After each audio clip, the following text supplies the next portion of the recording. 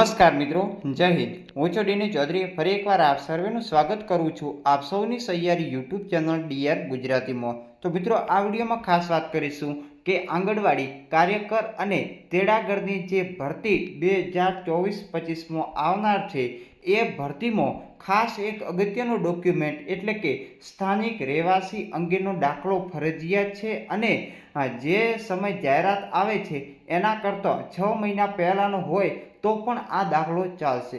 અત્યારે જે એ દાખલા માટે તમારે સંપૂર્ણ પ્રોસેસ કરવી પડતી હોય છે, ફોર્મ કેવી રીતે ભરવું અને આ દાખલો કઢાવવા માટે તમારી પાસે કયા કયા ડોક્યુમેન્ટ હોવા જોઈએ અને જે ઓફિશિયલ પરિપત્ર છે એમાં જોઈ શકો છો કે જાહેરાતની તારીખે 6 માસથી વધારે સમય પહેલાં ઇસ્યુ થયેલ પ્રમાણપત્ર તેમજ સ્થાનિક હોવા બાબતના અન્ય કોઈ પણ જે પુરાવા હોય એ ધ્યાનમાં લેવામાં આવશે નહીં। એટલે કે 6 મહિના સુધી હોય તો ચાલે, એનાથી જૂનું હોય તો ના ચાલે। એટલે અત્યારે તમે આ સંપૂર્ણ પ્રોસેસ કરી રાખો તો જાહેરાત 6 મહિનાની અંદર આવી શકે છે, તો તમારે જે દાખલો છે એ ઉપયોગી થઈ શકે છે। તો એના માટે આપણે સંપૂર્ણ ડિટેલમાં તમને સમજાવીશું કે નિયમ શું છે, એના માટે કયા ડોક્યુમેન્ટ જોઈએ અને દાખલો તમે કેવી રીતે મેળવી શકશો। અને ચેનલ પર નવા હો તો ખાસ સબસ્ક્રાઇબ કરી બેલ આઇકન પ્રેસ કરી દો એટલે આવનારા તમામ વિડીયોની નોટિફિકેશન મળતી રહેશે અને આ જે દાખલા સંબંધિત ડોક્યુમેન્ટ અને એના જે ઓફિશિયલ પરિપત્ર છે એ તમને ટેલિગ્રામમાં મળી જશે। તો ચાલો વિડીયો શરૂ કરીએ।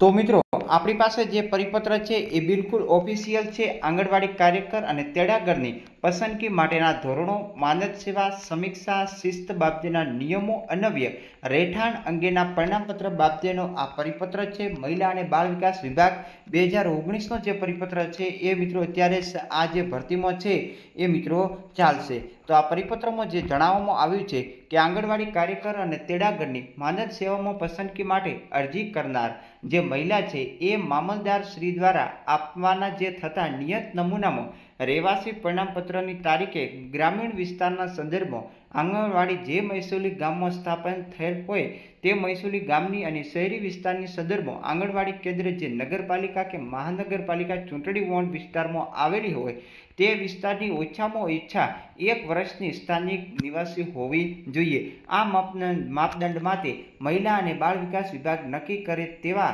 નમૂનામાં જનસેવા કેન્દ્ર દ્વારા આપવામાં આવતું સ્થાનિક રહેવાસીનું ફક્ત મામલતદારશ્રીનું પ્રમાણપત્ર જ ધ્યાને લેવામાં આવશે। માનદ સેવા માટે વર્તમાનપત્રમાં જે જાહેરાત પ્રસિદ્ધ થયાની 6 મહિનાની અંદરને જે આવતું પ્રમાણપત્ર ઇસ્યુ કરેલ હોવું જોઈએ અને એનાથી જૂનું હોય તો એ પ્રમાણપત્ર ખાસ ધ્યાને લેવામાં આવશે નહીં। અને જે મહિલા અને બાળ વિકાસ વિભાગ દ્વારા આ ઠરાવ પણ કરવામાં આવ્યો છે। એના સિવાય તમે આગળ જશો તો અહીંયા તમે જોઈ શકો છો કે જે જોગવાઈ કરેલ છે રહેઠાણ અંગેનું પ્રમાણપત્ર મેળવવા બાબતે તમારે અરજી કોને કરવી તો મામલતદારશ્રીને, નિકાલ માટે સત્તાધિકાર પણ મામલતદાર અને આ દાખલો તમને 2 દિવસની અંદર પણ મળી જશે। અને એના માટે તમારે ખાસ એક ફોર્મ ભરવાનું રહેશે અને એના સિવાય ડોક્યુમેન્ટ કયા કયા જોઈએ તો અરજી સાથે નીચેનામાંથી કોઈ એક રહેઠાણના પુરાવાની પ્રમાણિત નકલ સામેલ કરવાની છે। આમાં 10 ડોક્યુમેન્ટ આપેલા છે, તે પૈકી કોઈ પણ એક તમારી પાસે હોવું જોઈએ। રેશન કાર્ડ છે, પછી ઓળખ card, Aadhaar card, light bill, passport, bank passbook, driving licence, ભાડા કરાર, લગ્ન પ્રમાણપત્ર અને જે શાળાનું LC, આ પૈકી એક કોઈ પણ હોવું જોઈએ।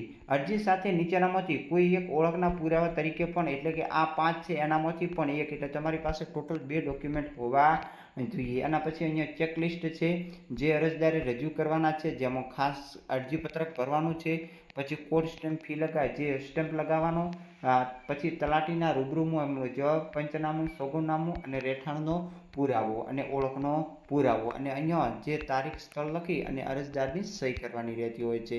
અને અહીંયા જે જનસેવા કેન્દ્ર પરના જે અધિકારી હોય એ તમને અહીંયા સિક્કો અને સહી કરી આપશે। એમનું ફોર્મ તમે જોઈ શકો છો, આ રીતનું સંપૂર્ણ ફોર્મ આવે છે જે તમારે રહેઠાણ અંગેના દાખલા માટે તમારે ફોર્મ ભરવાનું રહેતું હોય છે। આ ફોર્મ જે તમારો દાખલો કઢાવવા જ્યારે તમે જશો ત્યારે આ ફોર્મ ભરી અને તમારે આપવાનું રહેશે। અને અહીંયા જોઈ શકો છો તમારે તલાટીના સહી સિક્કા પણ આ ફોર્મની અંદર કરાવવાના રહેતા હોય છે। એના સિવાય પંચનામું પણ તમારે કરાવવું પડતું હોય છે, એમાં પણ તલાટીના સહી અને સિક્કા હશે। એના પછી સોગંદનામું હોય છે, એની અરજદારની સહી કરવાની રહેતી હોય છે।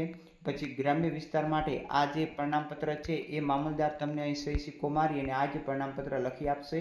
એના સિવાય જે શહેરી વિસ્તાર હોય એમના માટે પણ આ મામલતદાર આ પ્રકારનું જે તમને દાખલો કાઢી આપશે. અને આ જે પરિપત્ર છે એ મિત્રો જે મહિલા અને બાળ વિકાસ વિભાગનો જે ઓફિશિયલ પરિપત્ર છે ને આ પ્રમાણપત્રની સંપૂર્ણ ઝેરોક્ષ તમને ટેલિગ્રામમાં મળી જશે. ત્યાંથી તમે ઝેરોક્ષ પણ કઢાવી શકશો, તમને PDF સ્વરૂપે મળી જશે. અને ખાસ ટેલિગ્રામની લિંક ડિસ્ક્રિપ્શન બોક્સમાં આપેલી છે, ત્યાંથી તમે એડ થઈ શકો છો. તો મિત્રો જાહેરાત આવવાને 6 મહિના બાકી હોય તો તમે આ કઢાવી શકશો. એનાથી જૂનું હોય તો મિત્રો કામે લાગશે નહીં. એટલે ખાસ ધ્યાન રાખવાનું છે કે જાહેરાત ક્યારે આવવાની છે એના 6 મહિના પહેલાં તમારે આ પ્રમાણપત્ર હોવું ફરજિયાત છે. અને જ્યારે ફોર્મ ભરાશે ત્યારે આ ડોક્યુમેન્ટ તમારે અપલોડ પણ કરવું પડતું હોય છે. આ ખાસ અગત્યનો ડોક્યુમેન્ટ હતો એટલે મેં તમને માહિતી આપી છે. ફરી મળીશું નવી અપડેટ સાથે નવા વિડીયોમાં. ત્યાં સુધી જય હિન્દ, જય ભારત. Thanks for watch.